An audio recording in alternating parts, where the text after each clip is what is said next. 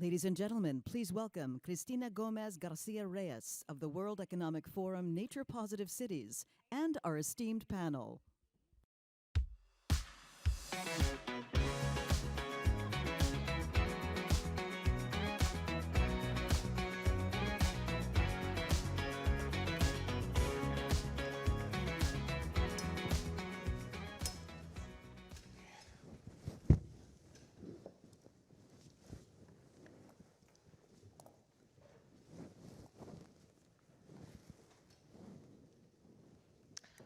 Good morning.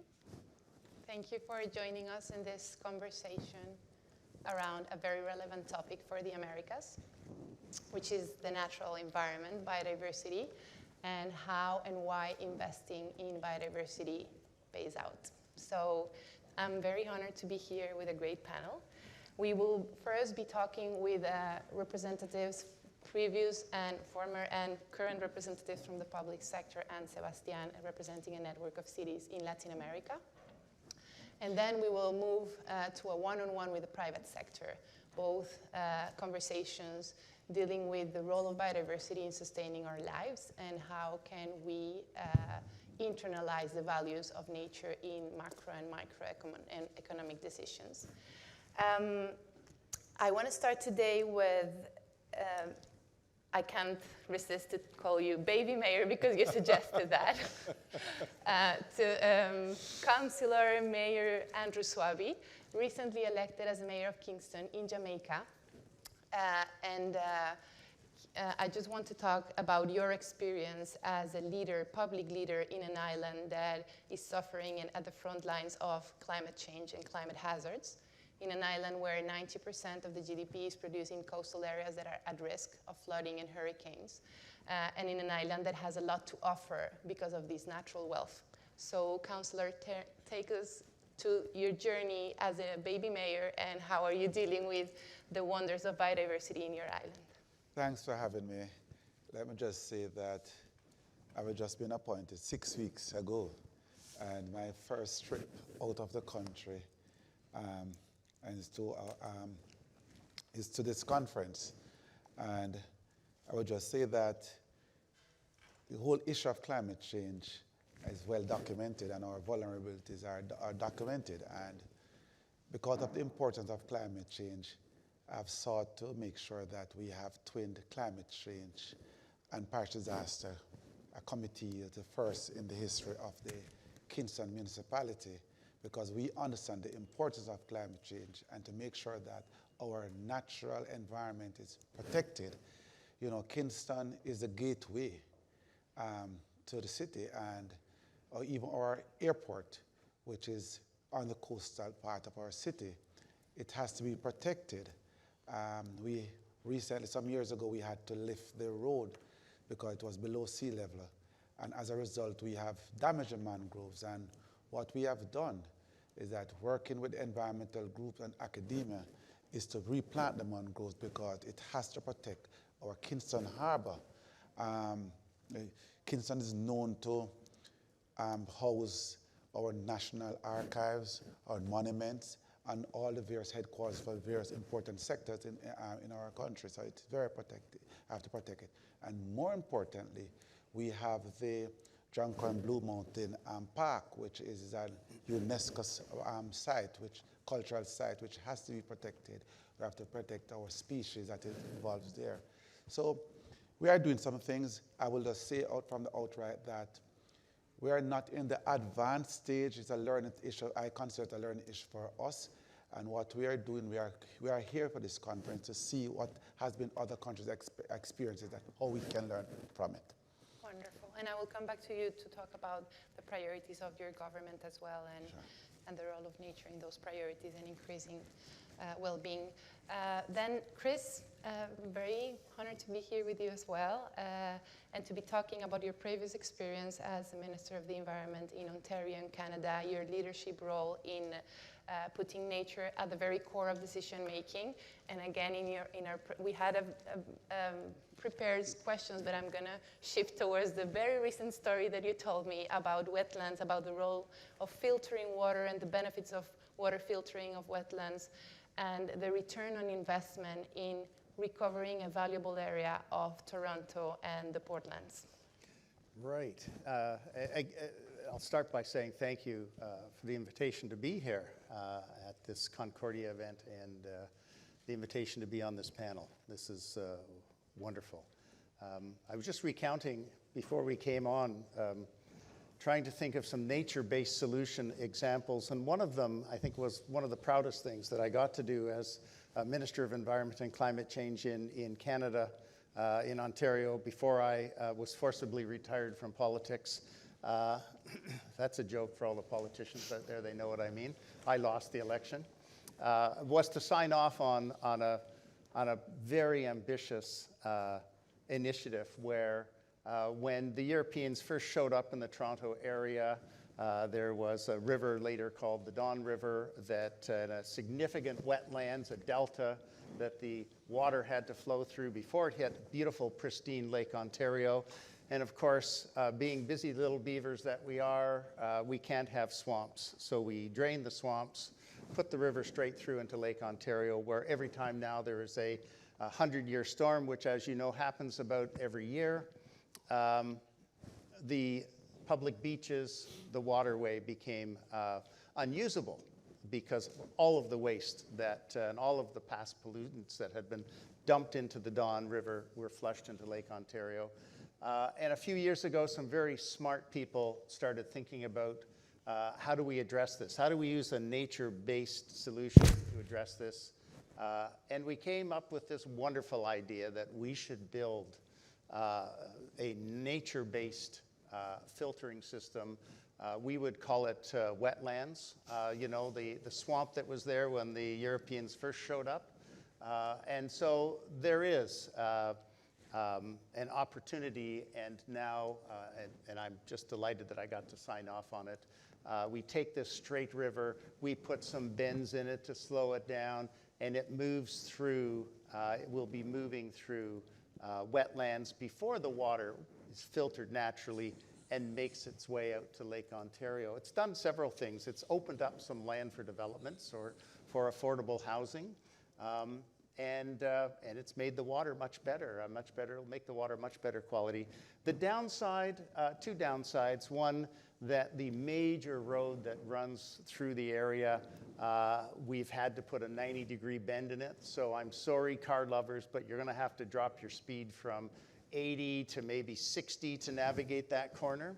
Although knowing Toronto drivers, they'll still take it at 100. And the other downside is the cost. You know, had we just left it the way it was back in the early 1800s, late 1700s, we wouldn't be facing multi-billion dollars in costs to put back what nature had in the first place. And that's the big takeaway for me, is how do we identify those nature-based solutions that exist already, you know, and how do we attach a value to the tree before we cut it down? All over Canada, not just Ontario, we're looking at ways of making our cities habitable in the face of climate change, especially heat. And it costs a lot more money to fix it after the fact than it does to plan properly at the beginning. And the big question is, who pays for that, right? Well, who pays for that, you know? Taxpayers ultimately pay for it. Business pays through higher capital costs, through higher tax rates, and municipal taxpayers pay for that. And what it means is when we're paying for that sort of infrastructure redevelopment, we're not putting money into growing our economy in other ways. And we're not putting that into services for our citizens. We're putting it into things that, well, they're going to save lives, and yes, it stimulates the building economy, I suppose. But had we just left well enough alone, had we just planned perfectly from the beginning, we wouldn't be spending those monies. Absolutely.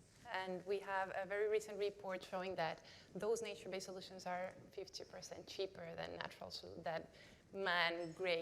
man-made gray. Well, and we know every dollar in Canada, every dollar we invest in adaptation, and I would put this in the adaptation file, I suppose, but every dollar we invest federally, we get about $1.50 back.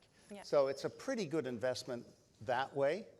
But if I could invest that dollar somewhere else, in healthcare, in education, in improved public transportation, I'd be happier. Wonderful. Sebastian, from a more regional perspective, Latin American perspective, there are also a lot of solutions and good practices around cities that are nature positive. When we talk about nature positive cities, we're talking about cities that are not only avoiding harm to nature and restoring nature, but really transforming the economic system so that they internalize the value of nature in their decision making. And there are very good stories around in Latin America. Can you share a bit of those stories with us? Thank you, Cristina, for coming to the Climate Week Miami and the World Economic Forum, Nature Positive Cities. We believe we need more legislation at local level, first. No more voluntary commitments. We need accelerate the transition with the commitment of the local governments. And directly connected with resilience, with the conservation or decarbonization. But in Latin America, we have amazing cases, lead cases to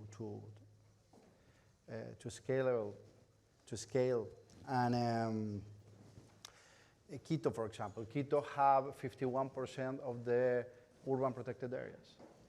And the thing is who paid for maintain the half of the land in the metropolitan region of Quito. But this is an amazing case to replicate in other cities and other local governments. And other is Bogota. Bogota is #1 now in mobility with Bogota buy more than 1,000 electric buses. And this is other leading case in the region. But I think the slogan of the Climate Week Miami is bottom-up response, and really we believe is necessary the local governments start to legislate binding, in binding way, because they have the construction permits. In the cake of decarbonization, the 100% of the cake of decarbonization, they have 50% of the construction permits, mobility, waste, and in the case of Barranquilla, for example, it's coming the local energy company, the mix local energy public-private company led by Barranquilla. They take the energy in their hands. No, I think we have the opportunity to the leadership of the mayors and in our region to start and to connect with the finance, because if we don't have finance or create the new tools of finance, this is impossible to yes. Yeah, steering direction from the very top, Mr. Mayor. I just came from Sao Paulo that has a new target of re-greening the city and having at least 40% of the city in green areas, with a very interesting examples on how to pay those green areas, how to fund those green areas with land value capture systems, increasing tourism taxes, so that is not only domestic spending, very interesting solutions around Latin America, but Mayor, also in some countries and cities, developing cities with many different challenges, education, poverty, water sanitation, nature and biodiversity and green areas seem like a luxury. Investing in nature, improving a green area against providing education, against building basic infrastructure is a luxury for some cities. How are you facing this challenge, and how are you putting both as a key priority for your government? I'm happy you mentioned that, because the whole issue of the focus of groups like these tend to focus on central government. And as you have indicated that there are some other pressing political issues that has to be addressed. And sort of with that focus, that's robbed the local authorities of the focus and of the level of expertise. And we have to find some way of how do we channel whatever is available to the local authority who are closer to the people and know the pulse of the persons. The whole issue of solid waste in Kingston is an issue and what we are trying to tackle, and we have to make sure that the agency that is supposed to get our garbage out is done properly. But we have also partnered with private sector companies.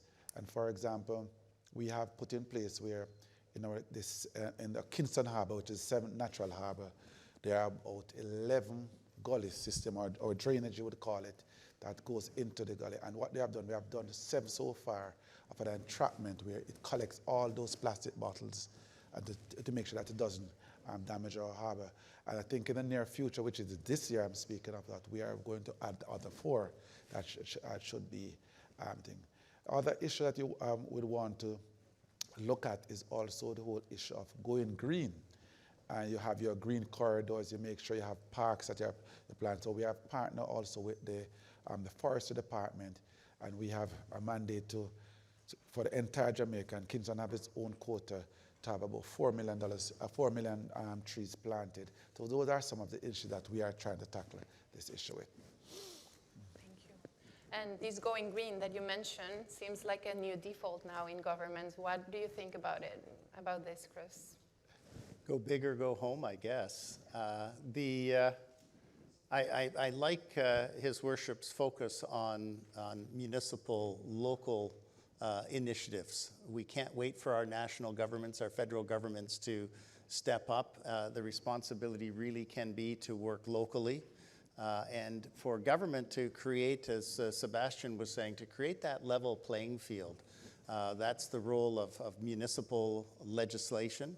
To create the level playing field for the development industry, for example. And I'm here wearing the hat of Passive House Canada, which is a building standard recognized by IPCC as the best way to decarbonize buildings. So I'd like to promote that role, the role of municipal government in creating those conditions where builders are incentivized to build to a higher standard before they have to. So across Canada, municipalities in Toronto, we have the Toronto Green Standard, Vancouver Green Standard.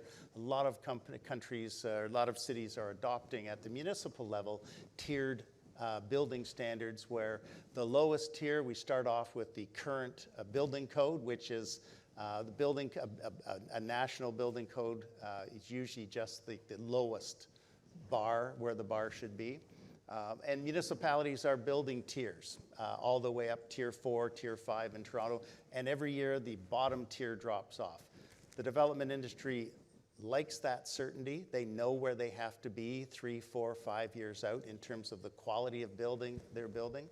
And if any of them want to be ambitious and move to the highest tier, which in Toronto, Vancouver is Passive House, then there's incentives for them to do that. Whether it be a rebate on some of the development charges they receive, or access to green capital to accelerate that. That's all quite doable, but it all comes down to the leadership at the municipal level to create that level playing field, and to make it very easy for builders, for developers to adopt that decarbonized building standard. Can we talk about nature positive building standard and not only embodied carbon, but embodied nature in the future, perhaps? And I would say, the first rule of any development, of any designer is do no wrong, do no evil. Don't make things worse than they are already. So we start with, the focus is on buildings. It's on new buildings. We really need to focus on on existing buildings. Deep energy retrofits is where we're going to get our most GHG reductions. But what we need to do is look at our cities in a holistic way, right? I mean, our buildings are just a part of the city. And for some reason, us humans seem to want to divorce ourselves from nature when really we're a part of nature. We can't divorce ourselves. So inventorying your natural assets is really important. And then attaching value to them is really important. And there's systems, and I've been involved with some of those as a municipal councilor, I was involved doing that in my hometown where virtually every tree, every natural asset was logged. So we could then attach value to it. But really understanding the importance of parks in urban centers, of planting trees, as His Worship has pointed out, those real simple things that make people happy and help to keep people safe. Green roofs on our buildings. You know, what are the incentives to have developers put environmentally friendly roofs on their buildings? And how do we fix our rivers and streams? And in the Toronto area, for example, how do we unbury a whole bunch of creeks and streams that were buried in the 1800s, 1900s? How do we restore those environments? It's all worthwhile doing. It's all about protecting us from climate change, helping to protect us from climate change, but also making our cities better places to live. Yeah. Not only how do we fix these environments, but how do we fix the economy so that it values properly those environments. Yeah. Sebastian, you're leading the programming of this Climate Week. How do you see the nexus between nature, climate that is increasingly finding like a common ground in adaptation measures, but also as an opportunity? Yesterday, there was a launch of the new market for nature and a fund for nature.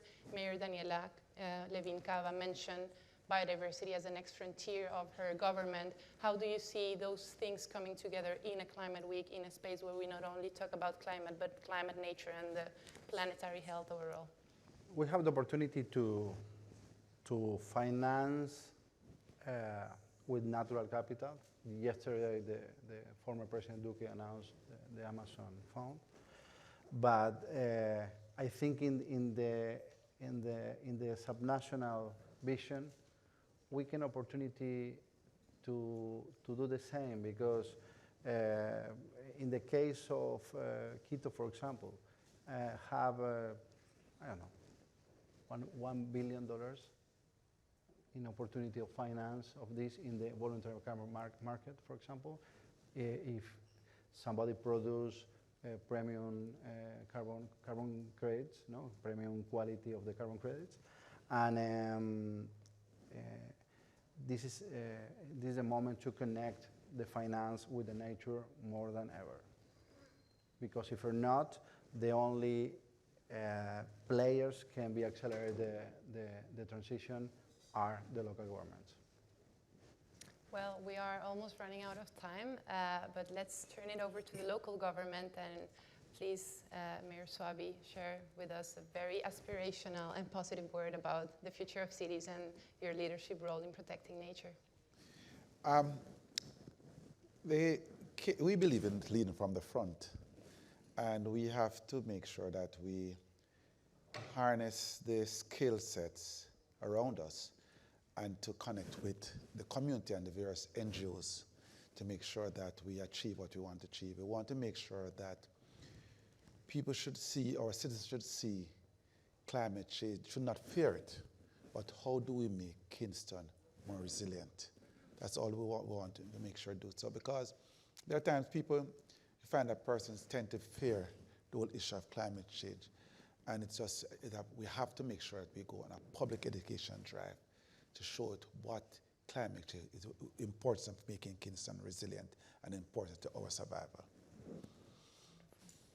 Well, thank you very much for listening. Please stick with us, because we're going to do a deep dive with the private sector and talk about insuring the cities, about the nature-related costs and risks of our cities.